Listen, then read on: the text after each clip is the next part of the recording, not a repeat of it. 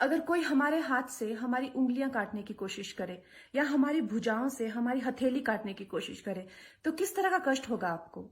वही कष्ट पहुंचाया है चाइना ने हमें लद्दाख पर अपनी लालची नजरें गड़ा के, और वहां हमारी सीमा का एक एक इंच बचाते हुए हमारे 20 जवान शहीद हो गए हैं। क्या भूल पाएंगे आप उनकी माओं के आंसू, उनकी विधवाओं की चीखें और उनके बच्चों के दिए बलिदान को?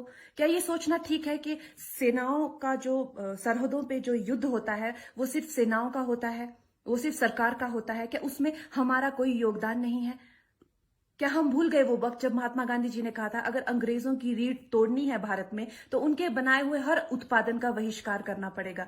तो क्या ये जरूरी नहीं है कि हम भी इस युद्ध में हिस्सा लें, क्योंकि लद्दाख सिर्फ एक जमीन का टुकड़ा नहीं है, भारत की अस्मिता का एक बहुत बड़ा हिस्सा है, भारत की हथेली है। हम उसे किसी तरह से इस दुश्मनों के उनके गंदे इरादों में सफल नहीं होने दे सकते। तो क्या हम लोगों को इसमें हिस्सा नहीं लेना चाहिए कि जो चाइनीज जितनी भी गुड्स हैं, जितने भी उनके प्रोडक्ट्स हैं, जिन भी कंपनीज में उन्होंने इन्वेस्ट किया हुआ है, उनसे उनको रिटर्न्स आते हैं, रेवेन्यूज आते हैं, ऑर्गेनाइजेशंस है, उन सब का बहिष्कार करें ताकि वो उस संपत्ति से जो यहां से इंडिया से इकट्ठी करके जाते हैं, उस संपत्ति से हथियार खरीद के हमारे सैनिकों के सीने छन्नी करते हैं। तो क्या हम इस युद्ध में हम चाइना का साथ दे सकते हैं? आप बताइए। ये क्या हमारा कर्तव्य नहीं है कि हम अपनी सेनाओं का और अपने सरकार का साथ दें?